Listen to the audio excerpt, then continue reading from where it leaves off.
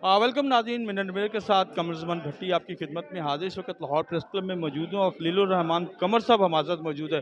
बहुत ही अहम इशू पे प्रेस कॉन्फ्रेंस की है और बड़ा अहम नुक्ता जो उठाया है पाकिस्तान में फ़िल्म बंदी और उसके ऊपर जो सेंसरशिप और सारे मामलात। खलील साहब बहुत शुक्रिया वक्त देने का।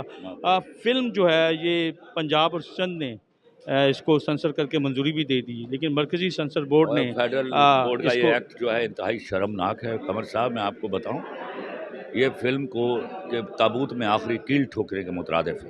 तो क्या कहेंगे कि इसके ऊपर नेचुरली एक फिक्शन का सब्जेक्ट है और उसको शरीयत की आड़ में बंद किया गया, आप क्या कहेंगे? पाकिस्तान में कौन सा, मैंने अभी अर्ज किया अपनी प्रेस कॉन्फ्रेंस में, कौन सा काम है जो शरई हो रहा है? और सब फिल्म इंडस्ट्री को बंद कीजिए। और आपकी appointment as a censor chairperson वो गैर शरई है। आप एक मुर्दा फिल्म इंडस्ट्री के की मुजावर बनकर तनख्वाह ले रही हैं आप।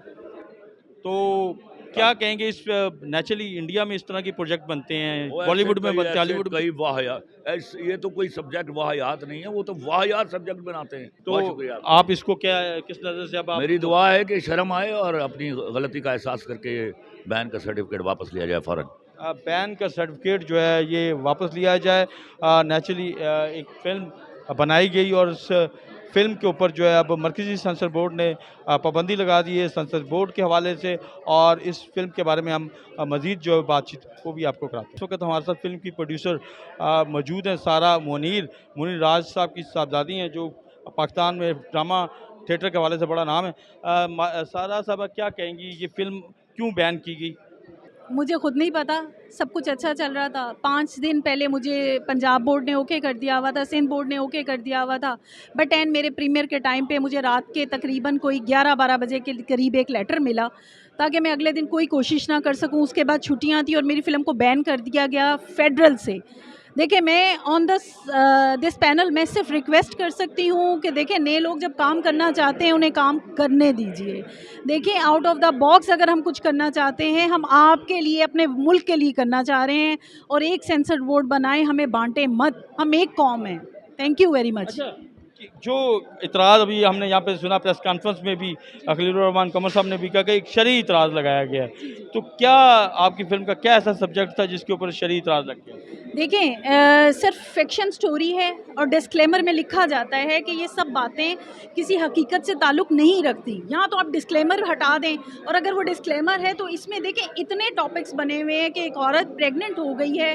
हाँ, वो किसी आउट ऑफ द वे जाके किसी जिन के रेफरेंस से, किसी एलियन ले लें, किसी शैतानियत के हिसाब से ले लें, लेकिन हमने आपको उसका पॉजिटिव भी दिखाया है। हमने हीरो क्यों डाला था? इसीलिए डाला था कि हम लोग सच को दिखा सकें और शैतानियत की हार कर सकें। तो फिर ये इस बिना के ऊपर जो है फ़िल्म जो है वो सेंसर कर दी गई। सेंसर कर दी गई फ़िल्म, और एक औरत ने बनाई है फ़िल्म, और एक औरत को मजबूत दिखाया है उस फ़िल्म में, और मेरा ख्याल है कि इनको हेल्प करनी चाहिए इस टॉपिक पे। तो क्या आप इस लेवल के ऊपर, ज़ाहिर है आपने काफ़ी हैवी इन्वेस्टमेंट भी की है, आप क्या कर रही हैं? आप इस फ़िल्म को आगे लॉन्च करने के हवाले से कोई एफ़र्ट भी करेंगी या बस हाथ पे हाथ धर के अब आपने हार मान ली? नहीं जी, मैं बिल्कुल फ़ाइट करूँगी, और अगर ये रोकेंगे या नहीं चलने देंगे, मैं फिर से फ़िल्म बनाऊँगी।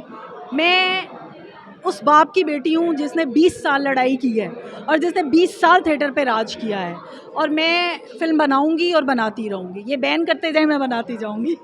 इस वक्त मंजू मारिया फ़िल्म के डायरेक्टर अली राज हमारे साथ मौजूद हैं। ये भी मुनीर राज साहब के साहबजादे हैं और इन्हीं से बात करते हैं। अली राज साहब, फ़िल्म मंजू मारिया एक टाइम पे इसकी बड़ी पॉपुलैरिटी चल रही थी और था कि बड़ी एक ज़बरदस्त फ़िल्म साबित होगी और ईद पे रिलीज़ भी हो रही थी।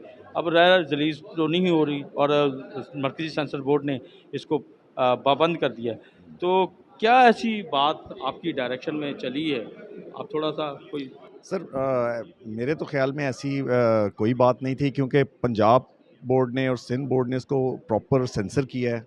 उसके अलावा हमारी फ़िल्म इंटरनेशनल रिलीज़ हुई है कतर, दुबई, और वहाँ पे भी वो भी इस्लामिक कंट्रीज़ हैं, उन्होंने भी इसको बैन नहीं किया। हमारे पास सर्टिफिकेट्स हैं, आज ईद वाले दिन से वो रिलीज़ हो रही हैं वहाँ पे। तो मुझे नहीं समझ आई कि ऑन 11th आवर रात को 10 बजे हमें सर्टिफिकेट फेडरल की तरफ से आ गया कि जी ये गैर शरई है, जिन ने प्रेग्नेंट कर दिया, मुआशरा ख़राब हो रहा है। तो पहली बात तो ये है कि यू नो कि जिन के ऊपर कोई शरई हदूद हम किस तरह लगा सकते हैं। और जब हम फिल्म से पहले एक डिस्क्लेमर दे देते हैं कि ये ऑल करैक्टर्स जो हैं फैंटेसी है और इसका रियलिटी से कोई ताल्लुक नहीं, तो उसके बाद मुझे नहीं समझ आती कि सेंसर ने क्या स्टेप लिया, इन पे क्या प्रेशर था, आई डोंट नो। थोड़ा क्या कुछ है, कुछ पीछे माफिया का हाथ, कुछ ऐसे लोग जो आपके मुखालिफ हों, कोई मुखालिफ लॉबी हो, कुछ ऐसी बात आपको उसमें पहले? सर अभी तक तो कुछ भी नहीं था। सिनेमाज ने बहुत सपोर्ट किया, डिस्ट्रीब्यूटर्स ने सपोर्ट किया, मीडिया आप लोगों ने बहुत ज़्यादा सपोर्ट किया, हमें तो हर तरफ से प्यार और मोहब्बत ही आ रही थी। लेकिन और इवन के सेंसर बोर्ड पंजाब और सिंध का मैं थैंकफुल हूँ कि उन्होंने एक माइक्रो सेकंड का डायलॉग भी नहीं काटने दिया और शॉट भी नहीं काटा। It is a pure family movie, pure family movie, यानी जो हमें बाहर से भी रेटिंग मिली PG-15 मिली है, जो प्योर फैमिली रेटिंग में आता है। तो आई डोंट नो कि ये क्या हुआ और किस तरह से अचानक फेडरल को प्रॉब्लम हुआ और उनको प्रेशराइज़ किया गया या उन्होंने खुद किया। मैं इस बारे में नहीं कुछ बोल सकता, लेकिन डाउट्स बहुत ज़्यादा है, क्योंकि अगर कोई इशू हो तो फिर तमाम सेंसर्स में से हो ना। कतर भी एक इस्लामी मुल्क है, दुबई है, बाहर UAE सारे वो दे बिलोंग्स टू इस्लाम। और इवन पंजाब और आपका सिंध, उसमें किसी बंदे ने कोई एलिगेशन नहीं लगाई। I don't know why they banned our movie.